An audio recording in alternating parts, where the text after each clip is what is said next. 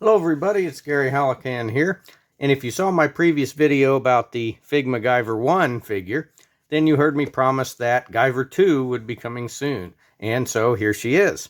So today we are looking at the Max Factory Figma Guyver II movie color version.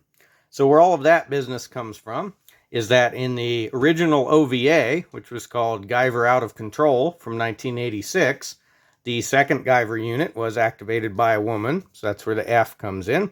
And when she activated it, her armor was purple, just like this figure. So that's where the movie color comes in. This same figure is also available in kind of a reddish pink, and that one's called the manga color version. So you see the number for this one is EX-036. And this, of course, is a fake from Temu. And looking at the box, it can be a little hard to tell that because the box looks pretty good. We've got some pictures on each side there.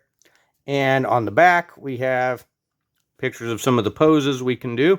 But one of the things that indicates this might be a fake is there's no barcode on this box. There was a barcode on the Guyver I box. So there's no barcode on this one. So that maybe leads us towards the road of fakeness a little bit more. Of course, this one is a fake, but like I said, it might be hard to tell if you just saw the box. As I mentioned in the Guyver I review, a lot of times these fakes, even if they have nice, authentic looking boxes, the pictures are a little bit washed out. You would expect the pictures to be more vibrant on a real one, so that can be an indicator for you too. But anyway, let's go ahead and get her out and see what we think.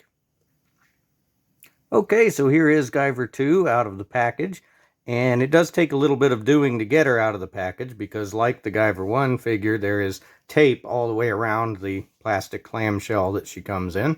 But once out, I think she looks quite good.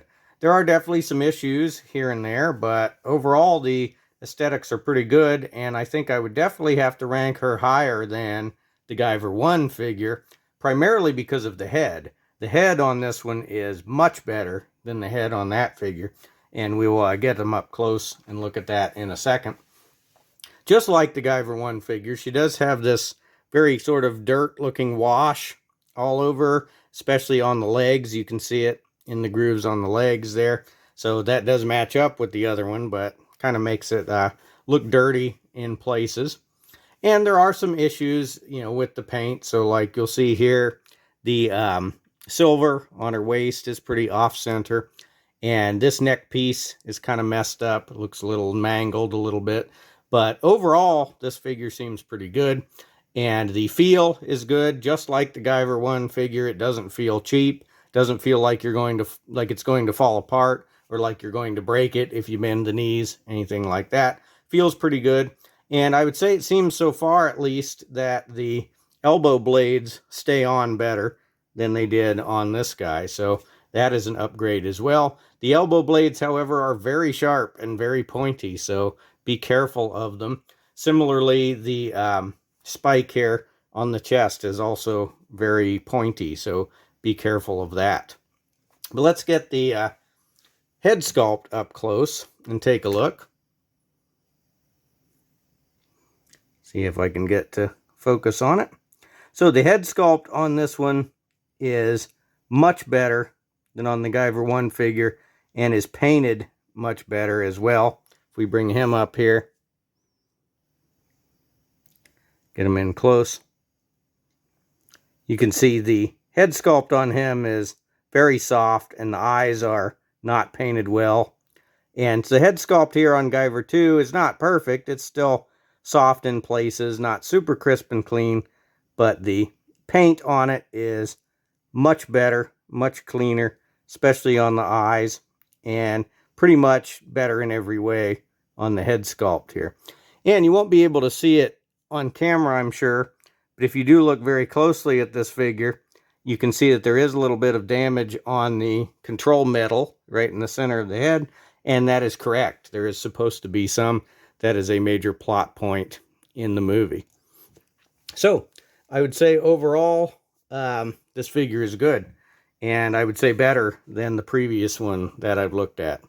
So let's look at articulation next. Okay, so for articulation, let's see what we've got going on here.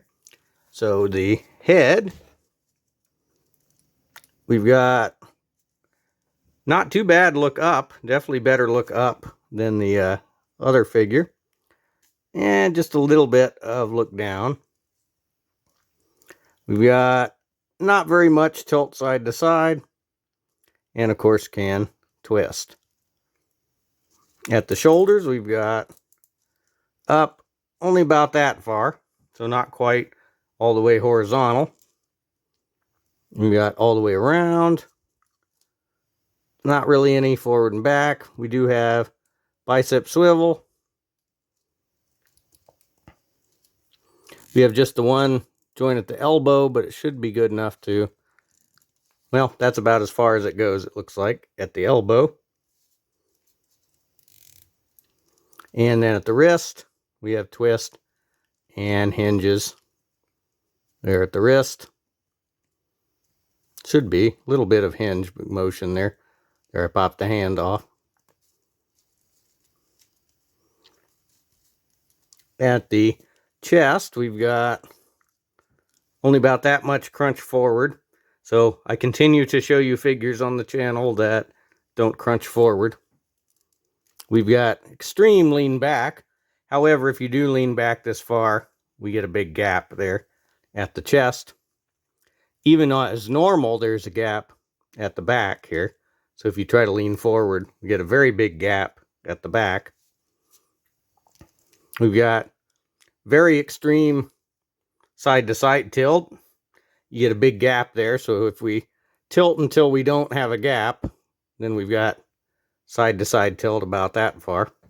And we can, of course, twist. She does not have a waist joint, so we can't twist at the waist.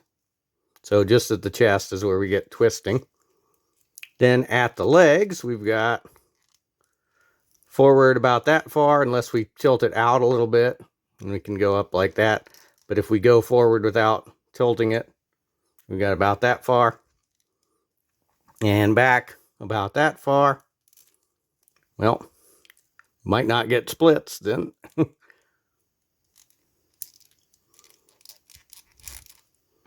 That seems to, see if that'll pop back on there. I don't think we're going to get the splits. We're going to only get about that far with the legs. We do have swivel at the thighs. So we can do thigh swivel. And at the knees, we have about that far at the knees. And you can, I think, swivel. Well, we can't really swivel at the knees too much. And then the feet, they're going to be hindered by the ankle armor. So we can't get much going on with the feet. We do have a toe, which doesn't seem like it wants to move on this one. So there it goes. The toe moves on the right foot. Doesn't want to move on the left foot. We should be able to get a little bit of pivot there. So her articulation isn't exactly the same as the Guyver I. It's because of the difference in design with the midsection, right? So I think she's maybe a little bit less articulated than him, as far as she can't twist at the waist and can't do the splits. But for the most part, pretty similar. I think we still should be able to get some very good dramatic poses with her, if she'll stay standing up. So let's look at accessories next. Okay, so for accessories, she comes with a regular Figma stand, which is similarly useless, just like the one that came with the Guyver I figure. The peg, will not fit into her back, so there's really not much we can do with that. Then she comes with some extra hands, so we have 8 hands total, including the fist hands that come on her in the package. And then we have holding things hands, which she doesn't come with anything to hold, so those aren't very useful. And then we have the wide open hands. We're going to use those for holding open the Mega Smasher, so I'll switch to those. And then we have not quite karate chop hands. They're just sort of relaxed hands here for the last set. And they're pretty decent looking. Have the detail that they should have. So let's switch to the open hands. See how tough that is to do.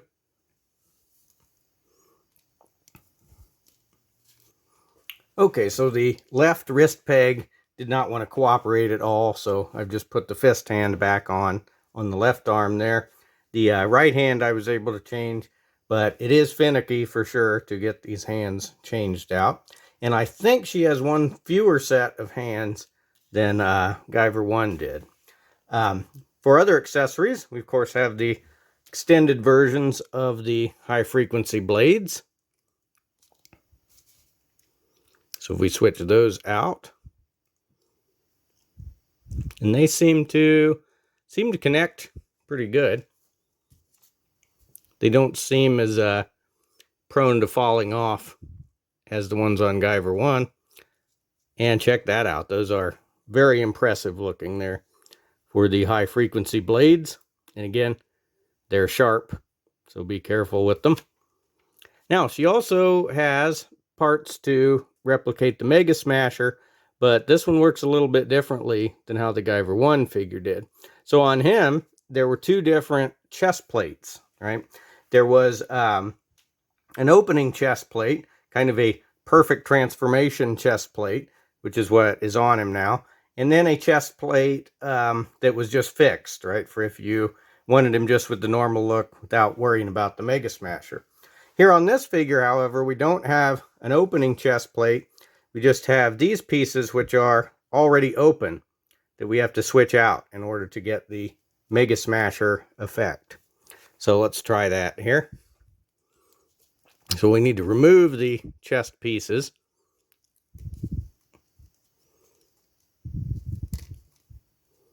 There we go. And then replace them with these. And you can see there they are keyed in so that they will only go on they will only go on the correct side.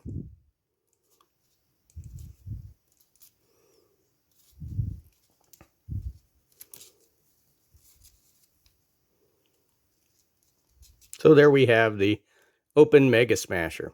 And of course, putting this hand on allows us to come up here and hold open the Mega Smasher. So a little bit different way of achieving it than with the other figure, but I think it works pretty well. And we have definitely more detail in this Mega Smasher. There we go. So if we bring him up here, he just had sort of a silver orb, right, for the Mega Smasher.